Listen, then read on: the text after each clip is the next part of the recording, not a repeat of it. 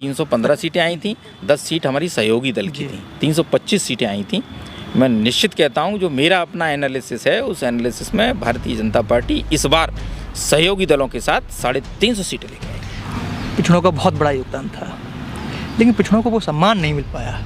ये विपक्ष ऐसा आरोप ये कैसे कहेंगे आपके पिछड़ों को सम्मान नहीं मिल पाया? वो ये कहते हैं कि डिप्टी सीएम बना दिए, लेकिन सम्मान नहीं मिल पाया उनको। नहीं, कैसे नहीं मिल पाया? कहते हैं, वो तो कहते हैं कि स्टूल पे बैठा दिया उनको। नहीं, कैसे स्टूल बैठा दिया? मतलब समयावधि से पहले हाँ, चुनाव हुआ, तो फिर पार्टी ने हमारे फादर को चुनाव यहाँ लड़ाया, प्रत्याशी बनाया। 1993 में बसपा गठबंधन होने के नाते चुनाव फादर हमारे हारे। 1996 में पिताजी को न लड़ा के यहाँ अनीता राजपूत जी को चुनाव लड़ाया था। हम लोग सब उनके साथ। आदरणीय बाबूजी कल्याण सिंह जी ने उस समय राष्ट्रीय क्रांति पार्टी बनाई हुई थी जी, वो भी चुनाव लड़ रही थी। वोट के बंटवारे में चुनाव फिर हारे। जो क्लास रहती थी, उस क्लास में हमेशा मैं अपने टॉपर रहा हूँ। MSCAG CSE कानपुर से करने के बाद फिर मैंने कोई आज दिन तक किसी भी सरकारी गैर सरकारी नौकरी के लिए मैंने कभी कोई आवेदन नहीं किया।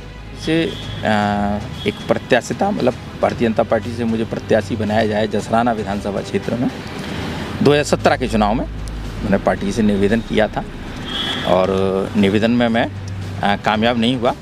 और उस समय बहुजन समाज पार्टी से हमारे दल में शामिल हुए थे राम गोपाल लोधी जी। पार्टी ने उनको प्रत्याशी बनाया और वो चुनाव जीते। जसराना की सड़कें हैं, जसराना का बाईपास गए हैं आप? एक्चुअल बताऊं, जसराना का बाईपास वहाँ स्थानीय मुद्दा है।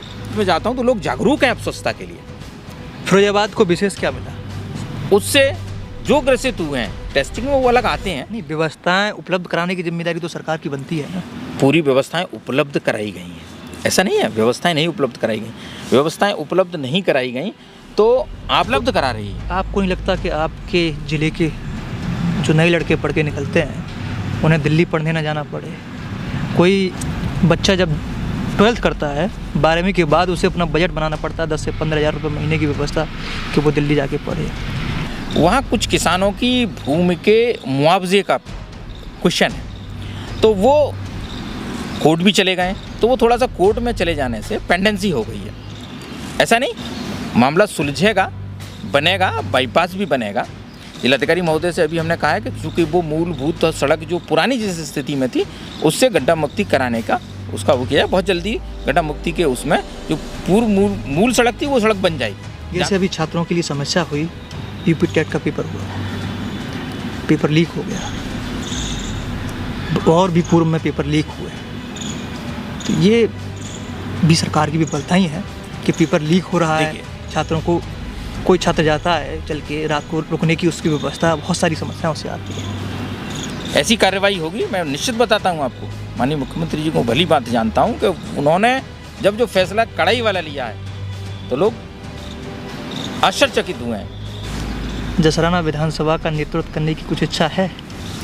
देखिए, हम लोग भारतीय जनता पार्टी के सिपाही हैं। पार्टी का जो आदेश होता है उस आदेश का हम लोग पालन करते हैं। तो जो प्रदेश नेतृत्व पार्टी जो आदेश निर्देश समय पर जिस समय जैसा करती है उसका पालन करते हैं। पार्टी कोई निर्देश देगी कि आपको ऐसा करना है तो वैसा करेंगे। इच्छा है? देखिए, राजनीति में कभी इच्छा पूर्ण नहीं होती है क्या? राजनीति के क्षेत्र में जब आप हैं तो स्वाभाविक है इच्छाएं हमेशा और रहनी चाहिए। हर राजनेता के स्वभाव में है और हर राजनीति की इच्छा होती है कि वो उच्च स्तर पर राजनीति में पहुंचे। इसमें कोई बुराई नहीं है।